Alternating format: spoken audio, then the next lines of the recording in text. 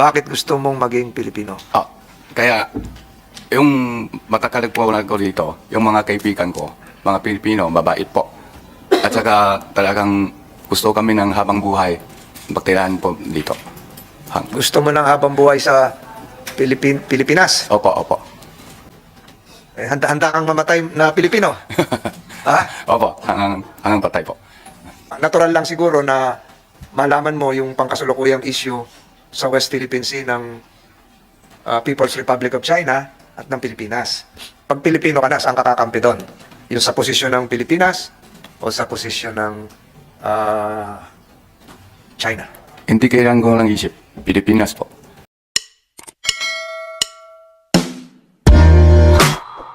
Applicant for naturalization present here? Can you please rise and the secretary is directed to administer the necessary oath.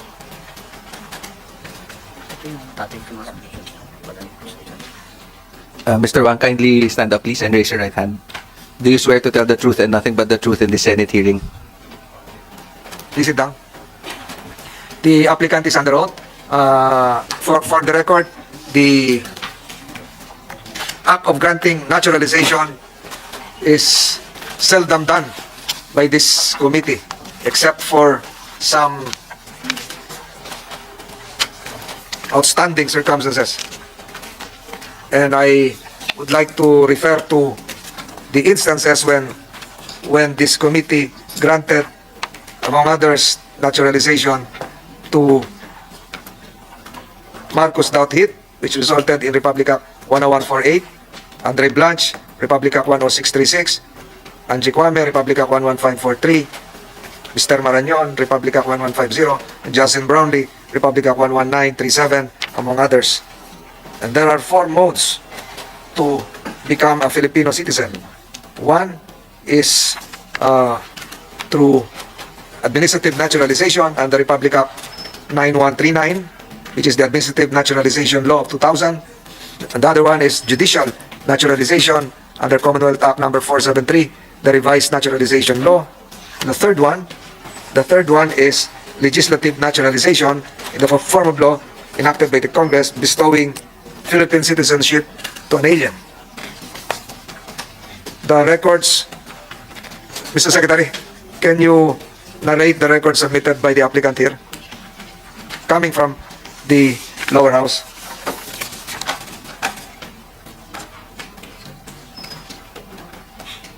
Yes, Mr. Chairman. From the lower house, Mr. Wang Li Duan submitted an affidavit of intent to become a naturalized citizen, duly notarized, and such affidavit includes a list of all present residences of the applicant, his declaration of financial capacity supported by bank certificates and passbooks. He also submitted proof of ownership of real and personal properties. He also has a declaration that he possesses none of the disqualifications to become a naturalized Filipino citizen. He likewise submitted, Mr. Chairman, a photocopy of his latest Philippine visa, a photocopy of his passport, NBI clearance, Bureau of Immigration clearance, police clearance from applicant's current place of residence, barangay clearance and certificate of residency, certified true copy of applicant's alien certificate of registration, duly authenticated birth certificate of applicant, duly authenticated birth certificate of spouse, duly authenticated income tax return of the applicant for the past 3 years, receipts of payment of income tax by the applicant for the past 3 years, duly notarized affidavits of good moral character, medical certificate from a government hospital, 2 photographs of the applicant taken within the past 3 months, and other relevant documents, Your Honor. All of these submissions were likewise submitted during the House deliberations, Committee on Justice. Yes, Your Honor. And pursuant to our rules, all the documents submitted emanating from the lower house would likewise be taken into consideration by this Senate Committee on Justice. If I may ask, Mr. Huang, do you speak Tagalog or do you need, because I see a translator here, do you speak Tagalog or Tagalog po. Tagalog? Opo. Marunong ka mag-Tagalog. So why is there a need for a Mr. Kelly Uy, translator? If ever lang po sir na medyo nahirapan po sa Tagalog, I will translate lang po in his behalf po. Okay. So, pwede rin naman walang translator. Pwede naman po sir. Okay.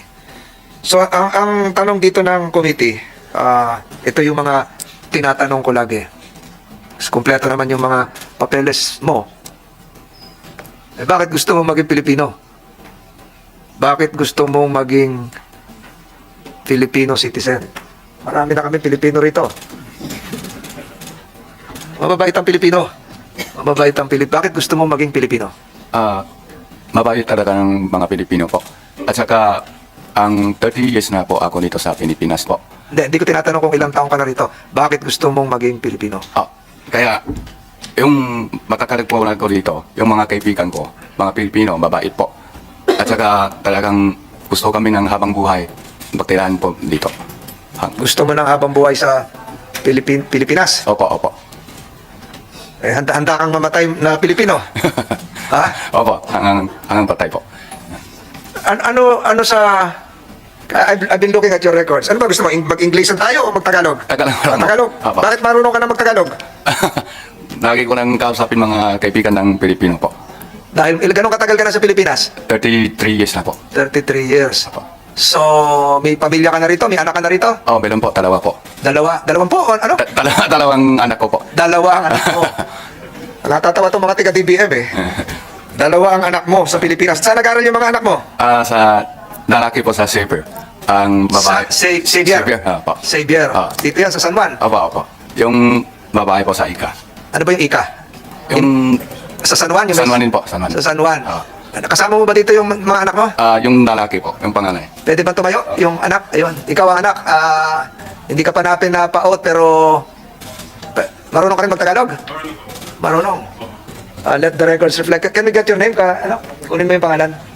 Pwede ka siguro maupo dito. Wala na bang upuan pa? Paalisin muna natin yung DBM. Pilipino naman itong mga DBM na to eh. Can we move a little bit to the right? Sama niyo yung nameplate nyo para ano?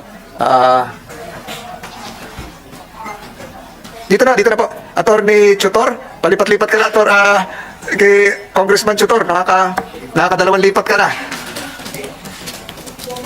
Congressman Anyela, can you move to a little bit to, dyan ka, takot sa aircon. Can you get your name? Pangalan ko po, Justin Wang. Can you administer the oath? Kindly stand up, please. Raise your right hand. Do you swear to tell the truth and nothing but the truth in the Senate hearing? Yes, I swear. Thank you. So, father mo, yung applicant? Yes po, father. Tatay mo? Yes. Oh. Dito ka nag-aral? Dito po, sa San Juan. San Juan? Opo. Saan ka pinanganak? Dito rin po. Saan? Sa Manila. Manila po. Sa Pilipinas? Yes po. Magaling ka na mag-Tagalog? Talaga ko, yes po. Gano'ng katagal ka na sa Pilipinas? Dito po ako pinanganak, dito ako lumaki po. Dito, okay. Yes. Dito ka na naninirahan. Yes. Kumusta tong tatay mo? Mabait? Mabait ako. Masipag rin. Ha? Masipag po. At mabait po. Mabait. So talagang gusto niyo na sa Pilipinas? Yes po, yes. Ano ang pagkain niyo? Hindi ko na, ewan nating personal. Siyempre, kumakain din kayo ng Chinese noodles. Yes. Chinese, Filipino rin po meron. Pilipino? Opo. Ano paborito niyo sa bahay na kainin? Na Filipino food po. Oo. Dinuguan. Yun para sa akin. Tapos, adobong pusit. Adobong pusit po. Adobong pusit? Opo. Mr. Wang, do you have a Filipino name? Ano bang ano mo? Mark po. Mark? Opo. Ang layo naman ng Mark sa lead 1. O Mr. Mark? Opo. Ginagamit mo pa Mark ano? Mark Ong. Bakit? Ano, yung Ong ba at Wang pareho yun? Pareho po. Kasi nasa Mantarin, Wang po. Pero pag sa Fokinis po, sa Fokin province, Ong po. So ikaw si Mark Ong. Opo. Anong paborito mong pagkain dito sa Pilipinas? Sinigang o crispy pata. No. O Nakakagutom ha? alam mo pusit. Marunong ka na magluto? Anong Filipino food? Asawa ko po. So, ang panlasa mo, sinasabi mo, Pilipino na. Opo. Masarap ang Filipino food. Marunong ka magsalita ng Pilipino. Dahil doon, Pilipino ka na? Gusto mo na maging Pilipino? Opo. Ang hinahanap ng kumiting ito, pusong Pilipino. Si Justin Brownlee, talaga nung ginawa namin Pilipino, kahit mabali ang likod sa basketball, pinapakita niya, minahal niya ang Pilipinas. And the same is true we have a second applicant for naturalization here. Later, we will be asking you can be seated there. So that is also what we will be requiring. Paano masasabi na meron ka ng pusong Pilipino? Kasi nasa Filipino Chinese chamber po rin ako. Filipino-Chinese, ano pa? Chamber. Chamber. Ano yung ginagawa ng Filipino-Chinese Chamber? Lagi po kami ng kasama kahit sa may mga bagyo o sa medical mentions o tatayo din kami ng mga eskwelahan po. Ibig sabihin, tumutulong kayo magtayo ng mga eskwelahan. Opo. Ano yun, public school o private school? Sa mga probinsya kasi yung Filipino-Chinese ang Chamber, hindi ko rin tanong kung private o ano, pero basta pag may kailangan, tulungan po kami. Tumutulong kayo. Nakita ko rin dito sa record mo na ikaw ay bumbero. Opo. Anong bumbero? Sa sunog? Sa sulok po. 2005 hanggang 2012, yung bumbero po. Ermita Malate Fire Rescue Volunteer Association. Opo. Pumupunta ka naman sa sunog. Opo. Dahil doon, pwede ka na Pilipino. Tumutulong kang maapula ang sunog.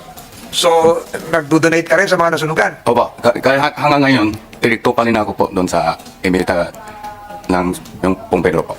Tapos dito sa Philippine-Chinese Chamber of Commerce and Industry, nagbibigay kayo sa mga kalamidad, medical mission. Tapos, etong Juan Care Foundation, Opo. ano naman ito? Yung sa pang-name po, marami po kami nang bigay ng face mask, yung facial, alcohol, mga grocery, gano'n. Nung pandemic? Opo. Alimbawa, saan lugar kayo namigay? Marami po. Ang Pasay, Manila, Paranaque, marami po. Kaya doon sa Cebu po. Cebu. Opo. So, ibig sabihin, dahil matulungin ka, pwede ka ng Pilipino. Ha? Sana po. Ang isang gusto kong malaman, ikaw ba ay dumaan din sa hirap? Kasi ang Pilipino ay sanay sa hirap. Hindi ka pa Pilipino, pero marami kaming mga kababayan talagang tumutulay sa kawad ng kahirapan. Hindi naman ang buhay sa Pilipinas, hindi ganong kadali. Marami tayong mga kababayan. Habang tayo nag-uusap ngayon, baka hindi mananghalian. Mahal ang presyo ng bigas. Mahal ang presyo ng bilihin. Marami tayong kababayan na hindi nakakapag-aral kasi walang pangmatrikula. Habang nag-uusap tayo, marami tayong kababayan na nasa ospital, walang pambayad ng gamot at ng doktor. Marami tayong kababayan ngayon na nasa init ng araw, naglalakad kasi walang pambayad sa tricycle o pedicab. Ang Pilipino, sanay maghirap. Nung kamakalawang linggo, kausap ko si Ginoong Jimmy Pacheco. Siya ay nakalaya, pinalaya, nabuhay. Nakidnap siya ng Hamas sa Gaza, nung lusubin ng Israel.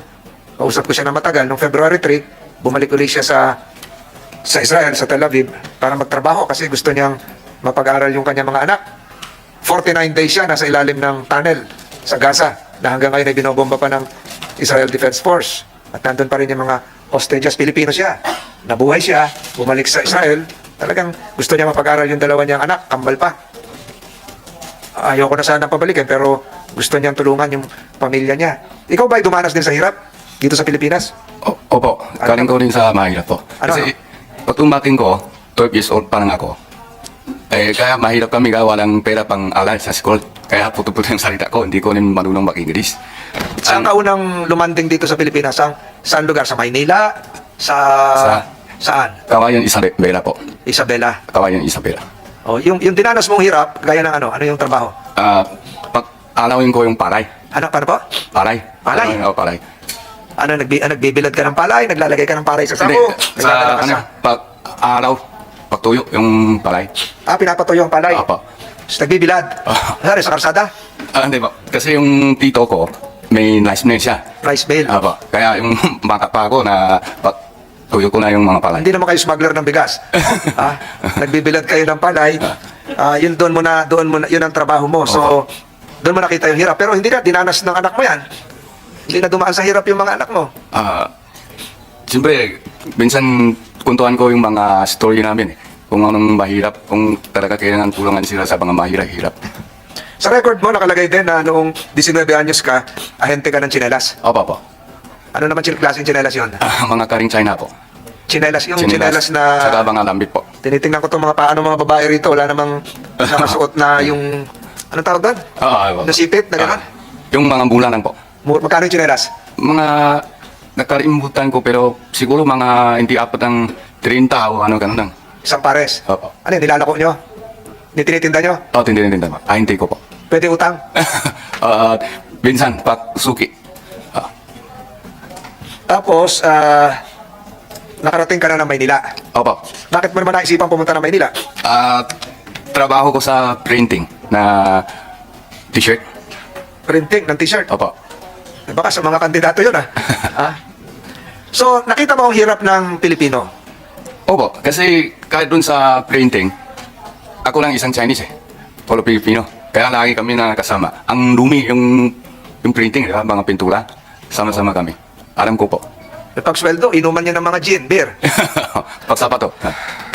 Ngayon, lumalabas dito sa records na hawak ko, meron ka ng 800 na empleyado.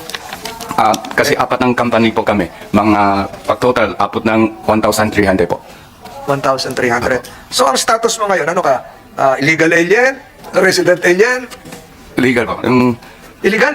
Hindi, legal. Legal alien ka. Legal alien ka.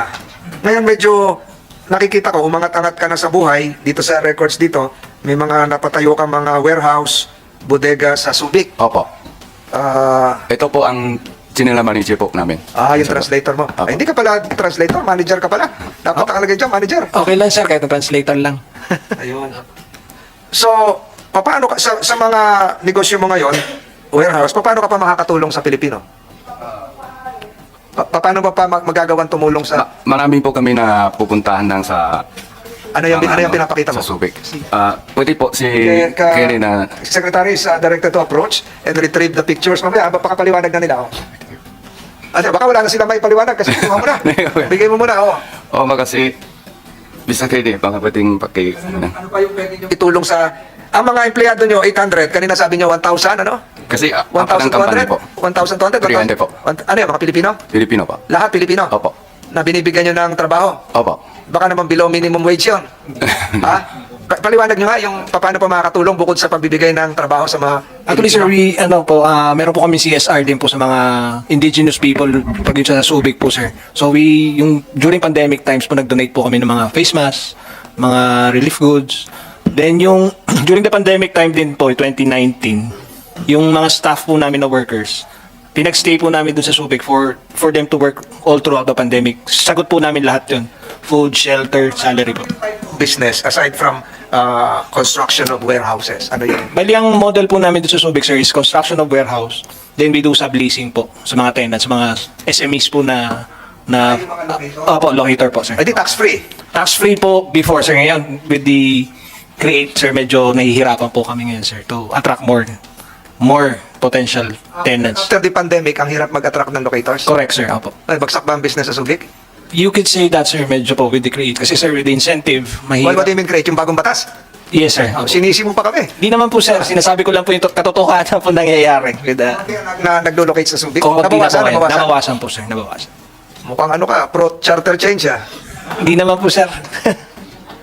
So nabawasan. Paano nyo mamimaintain ngayon itong dami ng empleyado nyo?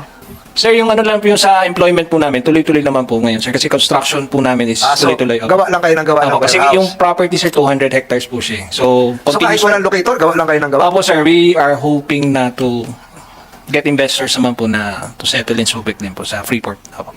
Records na nandito sa akin, si Mr. Wang ay dating member din ng board of directors ng isang kumpanya, Top Market Property Development, na formerly subsidiary ng AM Oreta. AM Oreta Company. Yung AM Oreta, sikat yun dito sa Metro Manila eh. Marami nagawa na yun doon na na building. Ang mga nagawa nitong building, nitong kumpanyang ito, to name a few, ay yung Manila Peninsula. Intercontinental Hotel. Pero mukhang itong Intercon, giniba na to eh. Hilton, Samal Island Resort, etc. etc. So, hindi lang sa na-involve si Mr. Wang sa paggagawa ng warehouse, kundi yung mga resort. First class resorts ito, Samal Island Resort, Manila Peninsula, maganda yung Manila Peninsula. Maganda rin itong Hilton. So, mahaba na yung mahaba na yung karanasan nyo sa property development. Yung ba ang core competency, yung main business ba, yung project management ba to o construction? Ano bang Construction lang po. construction? So, yung empleyado na sinasabi mo, yung 1,800, 300 po. 1,300, kasama dito yung mga construction workers? Opo. So, di construction company rin kayo? Opo. Yung may 500 ng empleyado po. Sa construction? Opo. So, mga engineer, mga foreman, ganon. Opo. Oh, si manager ka sa, Ako po in charge po ako sa Subic, sir, sa Freeport. Apo. Sa so hindi ka SBMA. sa construction. Construction din, sir, and marketing. Engineer ka ba? Engineer? Hindi po ako engineer, sir, pero ako po sa operations po sa Freeport. Apo. Isa pang nabasa ko rito sa records ay kayo ang nagsimula ng Coffee Heritage Project. Yung mga kape sa Cordillera, Heirloom Barako Coffee Project. Para matulungan ang mga tiga Cordillera at kasama pa dito ang Bangsamoro. Anong ibig sabihin nitong coffee, natatandaan niyo ba to? Itong Coffee Opo. Heritage Project. Ano ibig sabihin? Kasi dati, nabasa kami, marami kopi dito sa Pilipinas. Correct? Pero ngayon, puro import na. Kaya ang awa kami yung mga teka-bunto, wala sila ng pang-tarim ng mga kopi. Kaya may kawa kami isang parang association ngayon na tutulungan namin, pipigay kami ng pera para pwedeng sila dapat tarim ng kape po. Mga tribo, mga tribes. So saan napupunta yung kapeng tinanim nila? Ang layo puro sa bunto po. Hindi, sino ang bumibili? Sino ang... Yung may isang kasama namin po. Sila bumibili? Ako lang tidikto po dun. Nakalagay dito, the job been instrumental in providing direction and support to coffee heritage projects, research on the impacts of climate change in coffee arms and production. So, director ka nung grupong yon na nagtatanim ng kape para mabigyan ng trabaho yung mga nasa bundok. Opo. Sino bumibili ng kape? Yung isang Pilipino rin po. Sa direktor rin po yung Saan naman binebenta yung kape? Umiinom ko ng kape ngayon. Malamig na. Meron po sila yung tintahan sa coffee shop sa may City Hall, Manila. Sa City Hall? Tapi ng City Hall. Tindahan nila kape. Opo. Doon galing sa Doon bundok. galing sa Yun ang bundok. sinusuportahan nyo. Opo. Ba't di pa kayo nagtayo ng coffee shop na marami? Na di ba? Kasi konti pa lang ngayon. Ito ang Bangsamoro Ah. sa Mindanao. Anong tulong nyo doon sa kape? Yun nga. Yung nagtanim din sila ng kape. Tatarim sila. Tapos pagkarani nila dito sa Manila. Kaibigan ko ang mga Bangsamoro, tatanungin ko yan kung totoo yung ginagawa nyo. Ha? Totoo naman po. Kasi may shop naman po sa tapi ng City Hall, Manila po.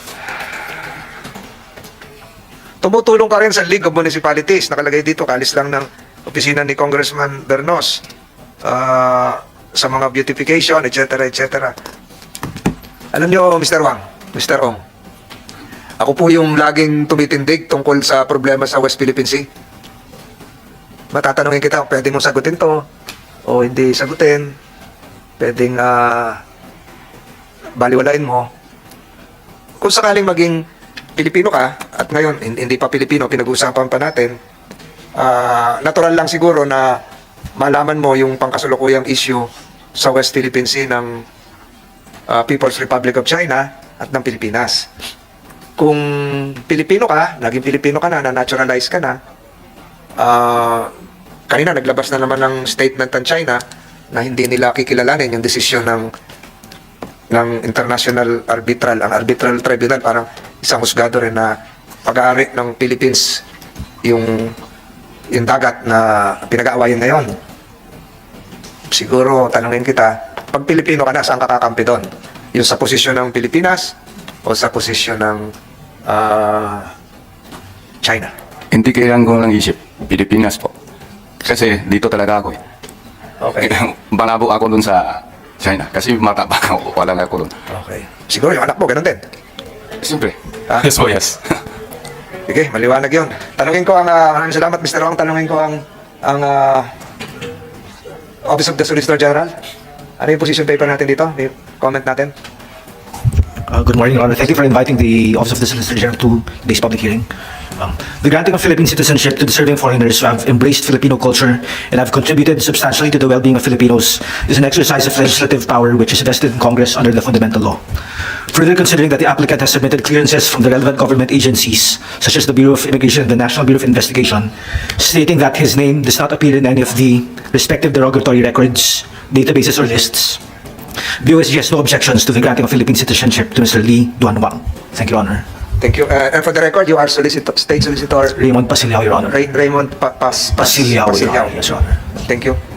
From the Department of Justice, Attorney Don Rick. Ang ganda ng pangalan mo Don Rick Ventura, State Counsel. Thank you very much, Your Honor. The Department of Justice interposes no objection, Your Honor. Submitted the position paper. No, Your Honor.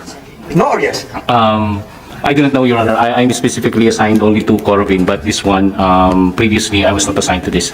Okay, But we'll have to check on that, Your yes, Honor. because it was already I'm sorry for approved that. We'll have in to the check. lower house. Yes, Your Honor. Yes. DOJ, ito pala. Ba't dito ka nakasama sa ano? Magkasama kayo? Okay. Yes, Your Attorney Cuevas, Kapulong or Mr. Attorney, pasensya na, Rosario Elena? Rosario Elena Laborte Cuevas, Mr. Chair. Good morning, Mr. Chair. For the Department of Justice, we interpose no objection to the grant of Philippine citizenship to the said foreign national, as it is in accord with Section 1, Paragraph 4, Article 4 of the Constitution, wherein one of the means by which naturalization may be granted would be the legislative naturalization. We acknowledge that it is essentially a prerogative of the legislative branch of the government, and it is within the powers of Congress to enact laws subject to its internal rules on the grant of Philippine citizenship to deserving foreigners who have embraced the Filipino culture, as well as those who have embodied Filipino values of perseverance, determination, and dedication to their craft. However, Mr. Chair, we defer to the findings of the Bureau of Immigration and the National Bureau of Investigation with respect to their confirmation that the applicant's name does not appear in any of their respective derogatory database list or record. Thank you, Mr. Chair. Attorney Cuevas. Nagre-reflect Cuevas, kasi yung ilaw sa ano, kaya hindi ko mabasa. Oo. So, what about the Bureau of Immigration? Attorney Kapulong? Yes, sir. Good morning, Your Honor. As far as the Bureau's records are concerned, it is indeed based on our records that Mr. Wang Liduan is a legal permanent resident, Your Honor, and that he does not appear in any derogatory list, Your Honor. And we expect, we surmise that you have submitted position papers on this, aside from your oral declarations today. Meron po kayong papel na sinabit, BID? Wala po, Your Honor. Sa House, hindi kayo nag-submit? I will have to check, Your Honor. Baka ibang baka iba pong lawyer ang Oh, nag-submit, so, Your Honor. can we expect a submission? Comsec, habang nandito sila. So, who else? Department of Foreign Affairs. Department of Foreign Affairs. Isa na lang kayo siguro. Mr. Miranda, so who will speak?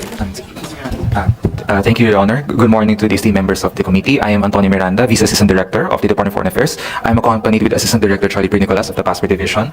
The DFA wishes to report that Mr. Lee Duan Wang has no derogatory records in our visa and passport databases, and we will officially transmit the certifications of no derogatory records check to the Secretariat as soon as possible. With this, the DFA respectfully interposes no objection to the application for naturalization of Mr. Wang. Thank you, Chair. Thank you. Matanong ko lang ang Department of Justice and or the Bureau of Immigration can likewise make a response. If in case this is approved and Mr. Wang has been using his common Filipino name of Mr. Mark Ong, pag siya ba ay naging Pilipino, ano yung magiging pangalan niya? Pwede bang mapalitan nyo na ano? O yun pa rin dati or AKA? Ano yung magiging pangalan? Mr. Lee Wang? Kasi yung sinasabi kanina, yung Wang daw ay pareho din ng Ong. Di ba? Pwede bang mapalitan nyo? Hindi ko pa binabasa yung nilalaman ng batas, but would a petition for a change of name be needed, or pwede nang isahan na lang yon sa pag-oath niya? Ito na yung pangalan niya. Nangyari na ba yon? Na yun yung naging pangalan? Kasi kilala siya, Mr. Mark Ong. Pero yung papel sa inyo ay yung Lee Wang. So ano na, pwede bang maging, isa lang siyempre yung pangalan, di ba? Sa inyo bang karanasan ay nagkaroon na ng ganong pagkakataon? Kasi si Brownlee, ang gustong gamitin ng iba, Noipi. Hindi naman, wala naman pangalang Noipi. So, nangyari na ba yun o paano yun? Marami nakikinig na yan. Mr. Chair, when we deal with the names of a foreign national, we always put also known as, so as many names as possible as he has. So we always put them in the record, Mr. Chair. Magkakaroon siya ng bagong national ID, magkakaroon ng driver's license, magkakaroon ng Filipino passport. Yung pangalan mo talaga, ano yung mag-a-appear doon? Meron ba passport na lumabas na also known as? Meron na bang gano'n? Wala pa atang gano'n. I am not aware of any rules with passport issuance, Mr. Chair, because that belongs to the FA. Yeah. Opo. Your Honor, with regard to the name, as far as the Bureau's records are concerned, it will be still maintained yung pong original na name. That's because this is the document he used as for travel document, as for also with regard to the application of his permanent resident visa. Although, sir, if he is given Filipino citizenship, it depends upon if the department of or what travel document he uses. If he uses his new or Filipino name or the same name, it will be still in our records. But of course, Your Honor, if he is already granted Filipino citizenship, then of course the Bureau of Immigration will lose jurisdiction over him because he's already Filipino, Your Honor. May I ask, mahirapan ako, paikot-ikot na ako dito. Sa kaliwa naman, Department of Foreign Affairs. The same question. Sir, we follow the birth certificate rule. So, ako na pong nasa birth certificate niya, yun po yung susundin. In so far as passports po, sir. Final question again, reiterate. Before lunch is served, Mr. Lee Duan Wang. Pag naging Pilipino ka, hindi ka lang manunumpa sa Pilipinas, kasama na yung saligang batas. Ulitin ko rin yung tanong, kanino ka kakampi? For the record, sa usapin ng West Philippine Sea, sa China o sa Philippines? Pilipinas po. Pilipinas. Ibig sabihin, susuportahan mo ang ginagawa ng ating pamahalaan. Opo. Salamat. Senator De La Rosa? Mr. Chair. Yes. Yes, pwede ko matanong si Mr. Mark kung just in case, hypothetical question. Opo. Nagkagira ang China at ang Pilipinas. I will ask you to bear arms and fight for this country, the Philippines. Are you willing to do that? Pilipino na ako eh. Siyempre dito sa Pilipinas pa. So you're willing to fight for this country?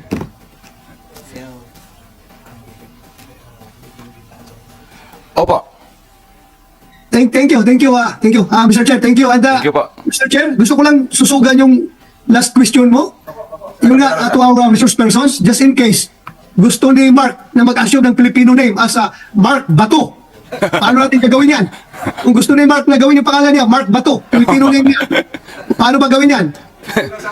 Mahirap yung tanong ni Senator De La Rosa. Nagpalit na lang ano. Sabihin mo na rin Mark Tol Bato. Mark Tol Bato. Sino makakasagot? Andito ang Supreme Court, pero ayaw sumagot ng Supreme Court. Department of Justice, change of name na siguro yun, ano? He will undergo a procedure. I am not sure, Mr. Chair, because apparently his birth certificate is not from the PSA, not from the Philippines. So I don't think if we can have a change of name, because change of name would be reflected in the Philippines birth certificate, right? So, hindi ko po talaga alam. O nickname na lang yung Bato. Nickname na lang yung Bato. Pero yung nickname, hindi lumalabas sa passport yun eh. Di ba, kahit si Senator De La Rosa, wala namang Bato sa passport. Hindi lumalabas yun. Di ba? DFA? Yes, sir. Hindi po, wala pong lumalabas. Walang... It's the same, you can adopt a nickname. Papayag ka na, no? Pero pag Bato yung ginamit mo, magpapashave ka ng buhok. Any other questions from Senator De La Rosa? Meron pa tayo. Wala na, Mr. Chair. That's all. I would like to manifest my intention to support the application for Filipino citizenship of Mark Bato. Hindi ko lang masabi yung full name sa Mark. Basta Mark, Mr. Chair. Mark Wang, Mr. Lee Mark Duan Wang. Wang. Yes, Mr. Chair. With a proposal coming from Senator De La Rosa and objections coming from my other colleagues, the chair is inclined to approve the petition for naturalization under the legislative mode of Mr. Lee Duan Wang. And the same is hereby considered as approved and will be submitted to the Senate plenary for its final consideration. Congratulations. Thank you po. Thank you. Ngayon ka pa nag-English nung tapos na. Maraming Salamat po. Maraming salamat.